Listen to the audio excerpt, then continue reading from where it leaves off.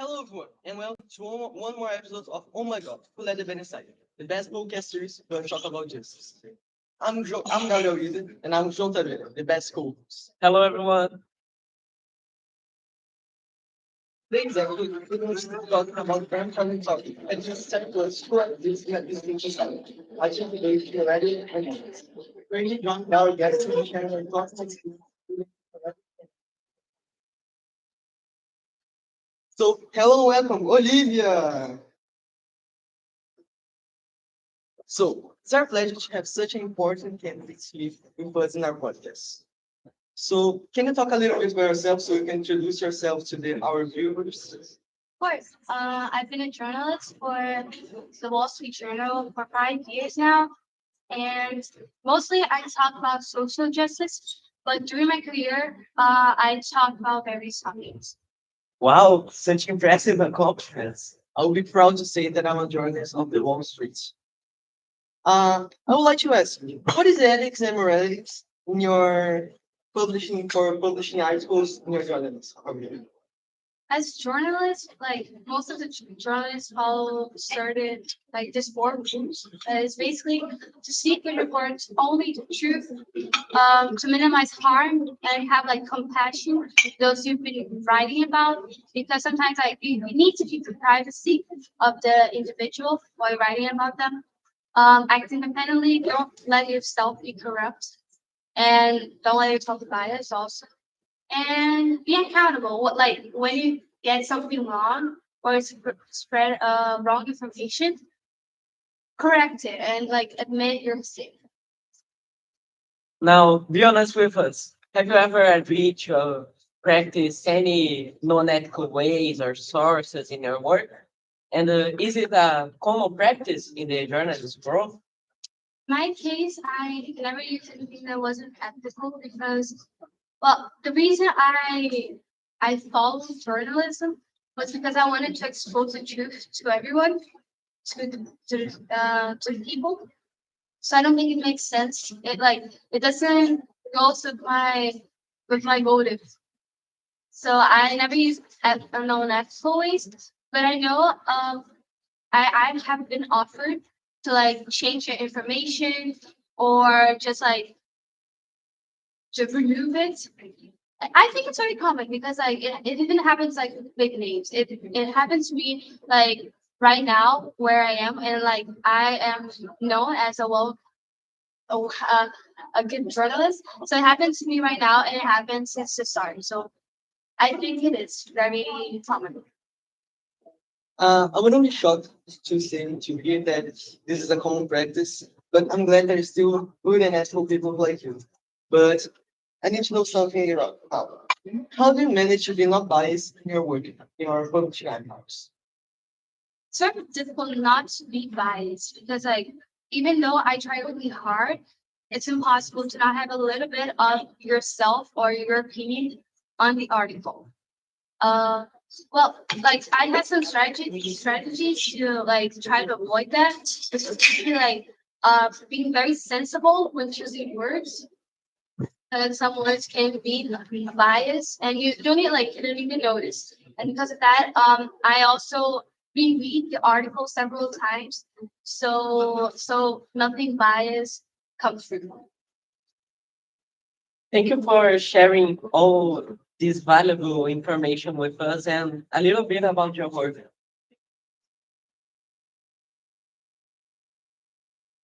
So now we move to our next guest.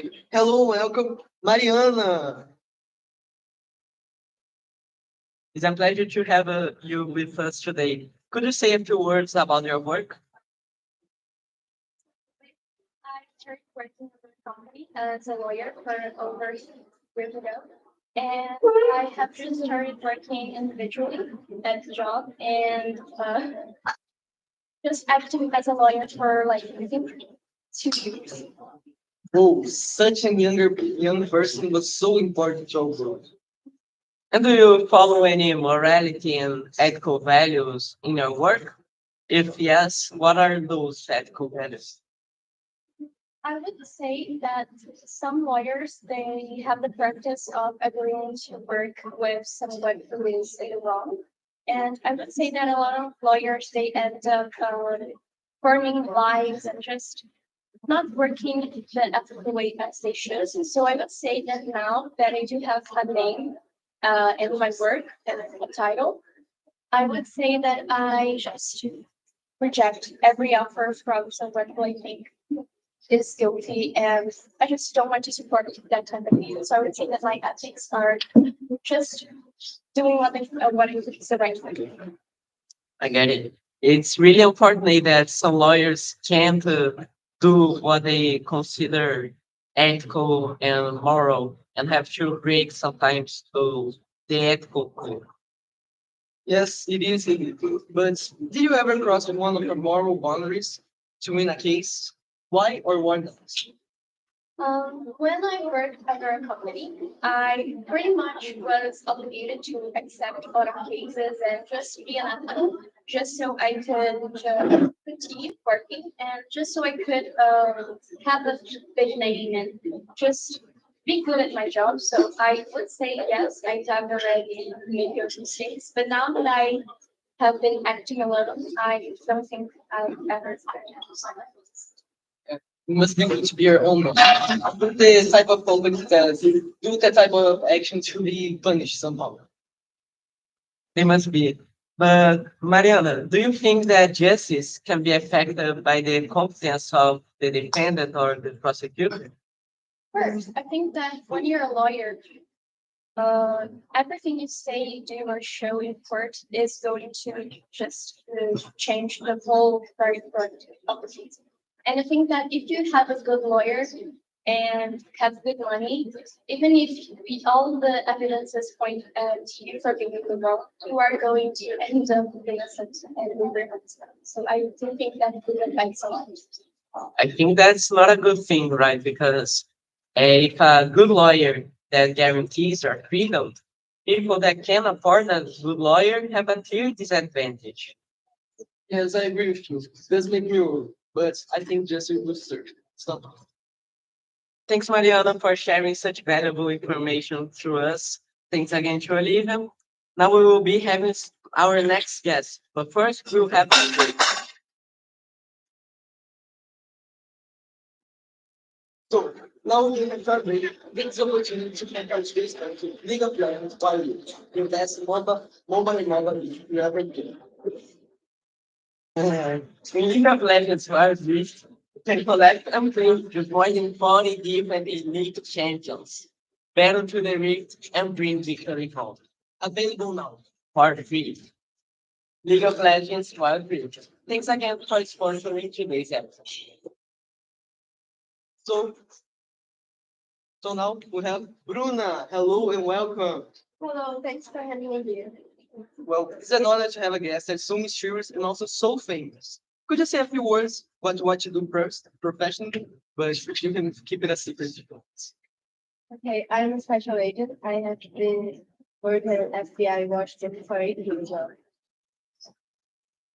And I'm always dreamed about being a federal agent. It's really like the movies that they show all those action scenes, you know. Yeah, but who did it? But now we have some question for you, if that's okay. Do you work with ethical or moral conduct? And so, what is your conduct? We both. We have some values that are the foundations of the FBI and should be incorporated into everything we do. Oh, Um, did you ever kill someone? Blink twice if yes. If yes, then did you regret afterward? Did you broke your moral conduct to by killing someone?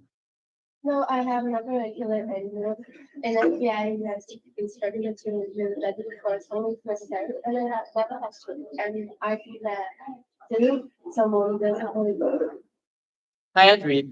If I was a federal agent, which I'm not, I think I couldn't kill someone.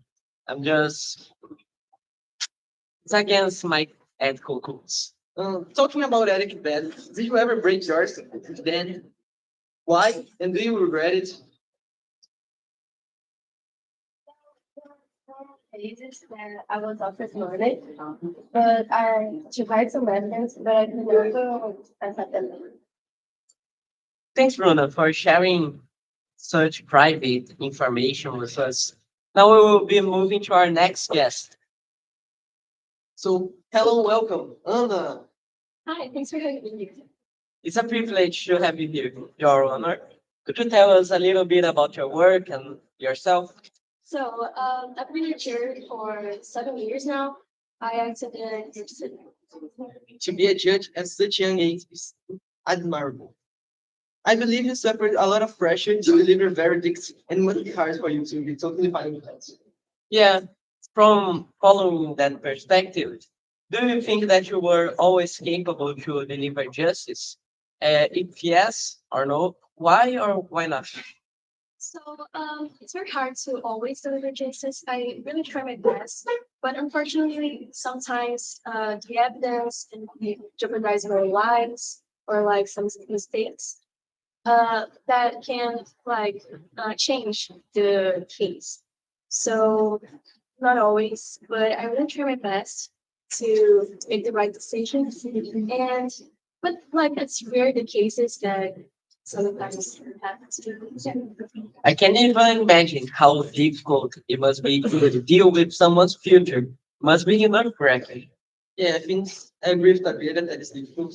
So now I want to know what are your methods to be fair and maintain a good verdict being a judge?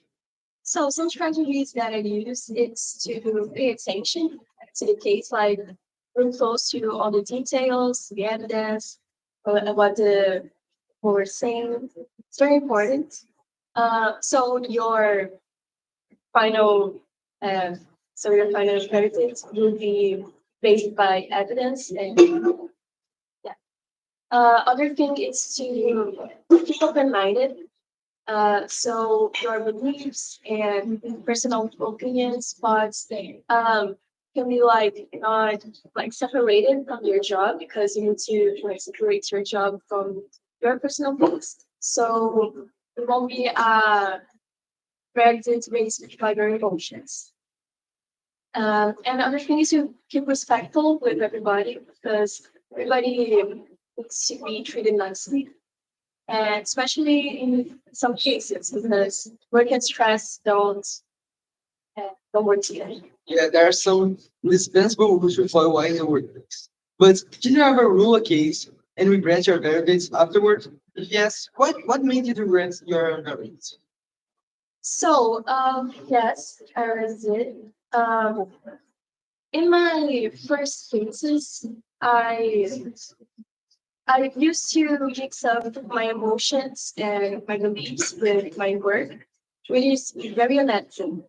So now I try my best to keep them apart, so I can make a decision based on evidence. So justice can be made. I think it's great that you learn from your mistakes on the beginning of your career. Thanks for sharing the information with us, and that's it. So so thanks to all of our guests for sharing such valuable information with us. In today's episode, we took a look about morality and ethics in different professions and workplaces, in our daily lives, and in our jobs. Well, here's the end of our podcast. Don't forget to subscribe to our channel as we live a life in today's world. Also, even já como da mão de aqui likes, once again like, if I do feel think about it, that's important for you. And that's what we do. It's so fun that you have a and I'm going to get it. From my daughter for that event. Thanks for listening to today's episode. See you next time.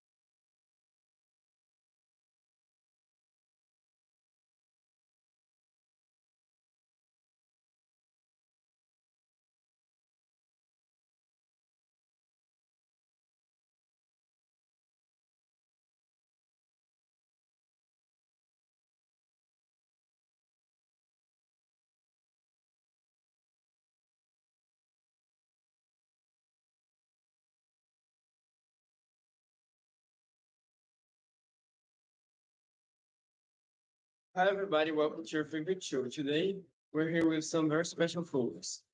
On our podcast, we invite the most popular people in the USA scene every week. And last week, the newspaper released an article talking about their verdict that was very interesting based on what I read. And today, I invited them to know a little bit more about the verdict and to know them better.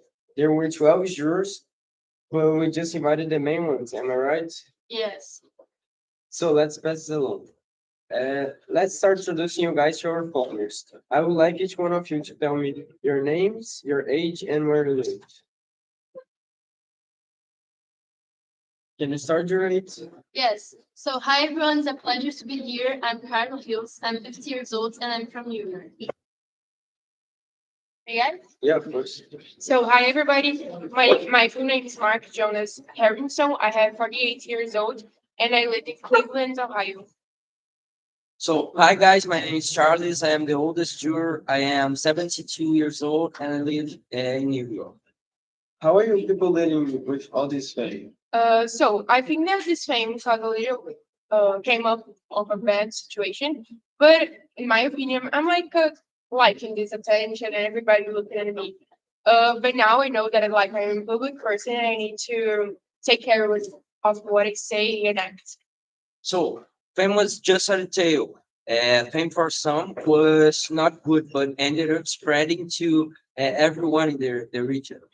I'm still getting news of it, but I'm very accomplished that fame comes through something that ended by spreading my responsibilities. I heard that Hollywood wants to do a film about your verdict. Is Yes, that true? yes.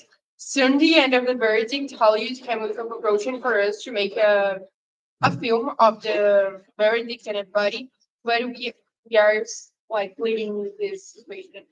Oh my gosh, are they going to play well? We hope so. So let's talk more about the verdict. I want to know what you guys were feeling and thinking there at the time and what you thought about the verdict. Gerard, are you satisfied with the verdict? I'm very satisfied. This wasn't something easy, but if I gave up, this would never happen. It wasn't something comfortable in the beginning where everybody was against me, but when I realized it just won't make the difference, I felt like I had to fight until the end. Interesting. I heard that you stood alone defending the boy for a while. What were you thinking at the moment? Did you really think that the other jurors would turn to your side? This case was really different for me because I was just trying to find the real truth, without um, knowing and trying to understand about the origin of the boy or what he was accused before. What about you, Drew? Then? So I'm not satisfied. I had to change. I have to end up changing my goal. I realized that I wouldn't be possible to change the judge's mind. How did you like the result of the verdict, Drew? So being for you, I hated the end of the verdict because I need to change my opinion and have a concrete opinion that the boy was guilty. So changing my opinion, I need to change everything was very difficult. Oh, we can see we have very different opinions here. Let's go for a short break. We'll be back soon.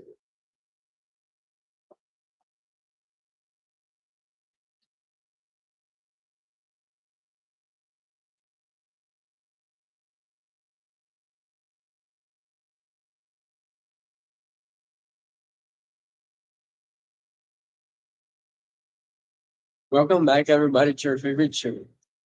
So, what was the most marked part of the verdict for you guys? So actually, it was when I made my clear and long speech trying to persuade the jurors. However, my arguments were not plausible and too convincing. Sorry, what?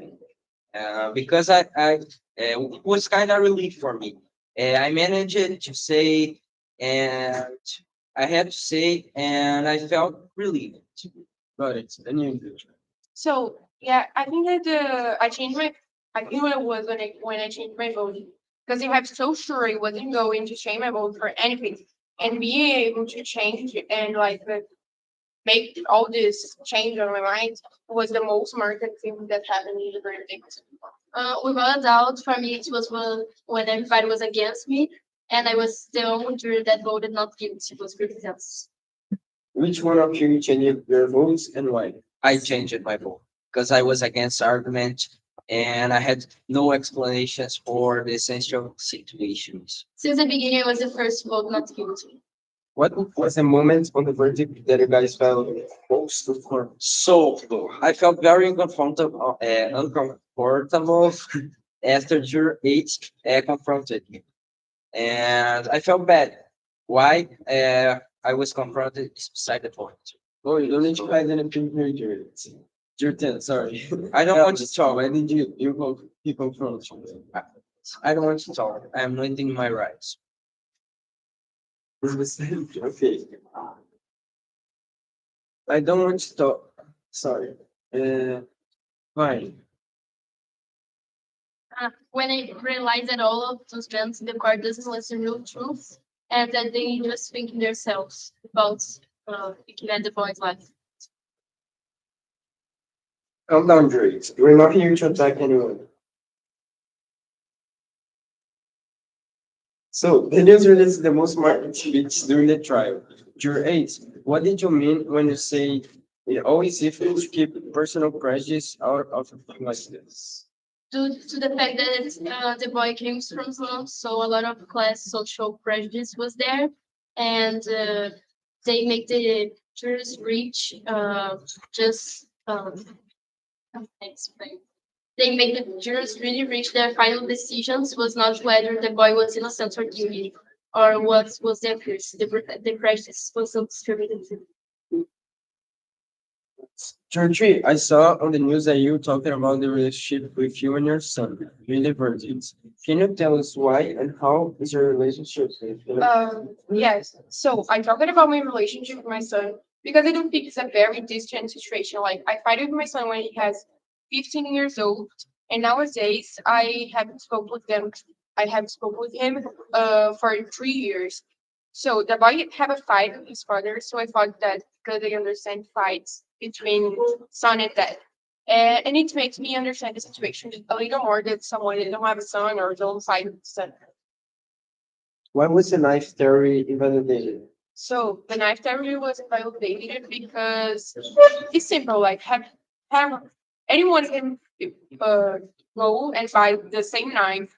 So I think that it was was invalidated because that is a very simple. I got it.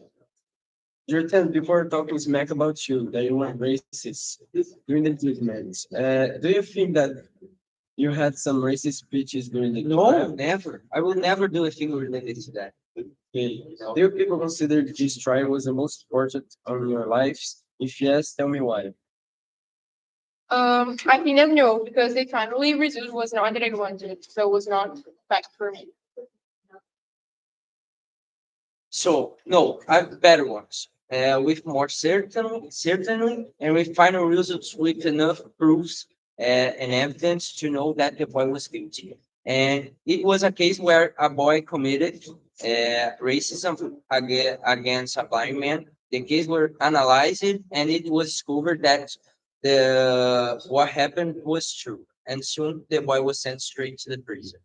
From all the others I participated, this might be my life because it was a great difficult story that ended with justice. So, which trial was the most important in your life, Juror 3? In my whole life, the most important trial that I have was my first one. That I was defending a mom trying to get the custody of the son and of the children. And it was like a very difficult trial because the dad wanted the kids but don't have the legacy.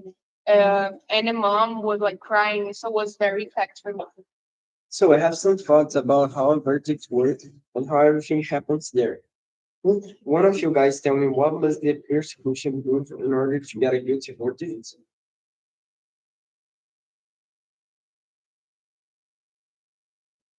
So the verdict was very simple. The jurors come and consensus and decide together the final result. It's very simple. I would like to ask a polemic question. For you guys, which juror based their decisions on prejudice? Anyway. Of course, you're true. To make it clear to everybody that children from slums are the ones that we not should trust just because of its origin. In my opinion, nobody. Okay, right. Juror A, the news saying you were the most concerned juror about the outcome of the trial. Do you think that's true? Why? Yes, I think so because since the whole trial, I was the one that really was speaking the voice live and what's really bad. Jordan, the news revealed that you lived in the slums when you were younger because in the verdict you say, I lived among them all my life. People deduced that you were referring to the kids and to his community. How did you manage to grow so much knowledge? With a lot of effort and dedication, I managed to get here where I am. I fought and a lot to be where I am at the moment. This place. What piece of evidence do you guys think was the most convincing as proof of reasonable doubt? The silver knife that I bought at a store near of the defendant's house that proved that we can find something very common in colors.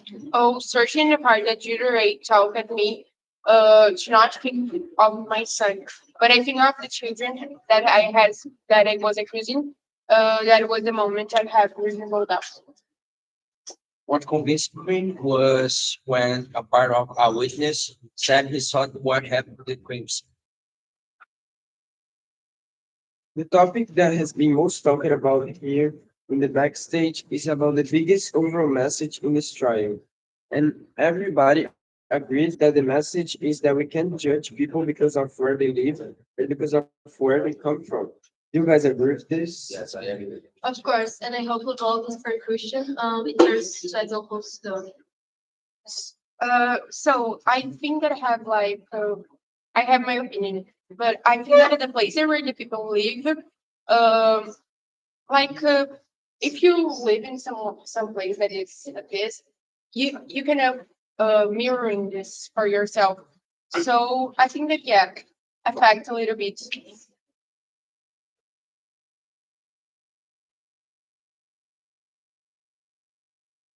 In my podcast, I always ask what is the biggest dream of each person when the show is ends. Could you guys tell me? Yes, it's live in a world without pressures and injustices where everybody's happy together. So actually, my dream was already came true. Was have to have a grandchildren, and my son made it happen for. So today my biggest dream is have a good relationship with my son and make up my relationship. Nice. And that's how we end one more spreading humors. I hope everybody enjoyed it. And I would like to thank you guys so much for coming and for contributing. I feel obligated to say that I love it. That's it.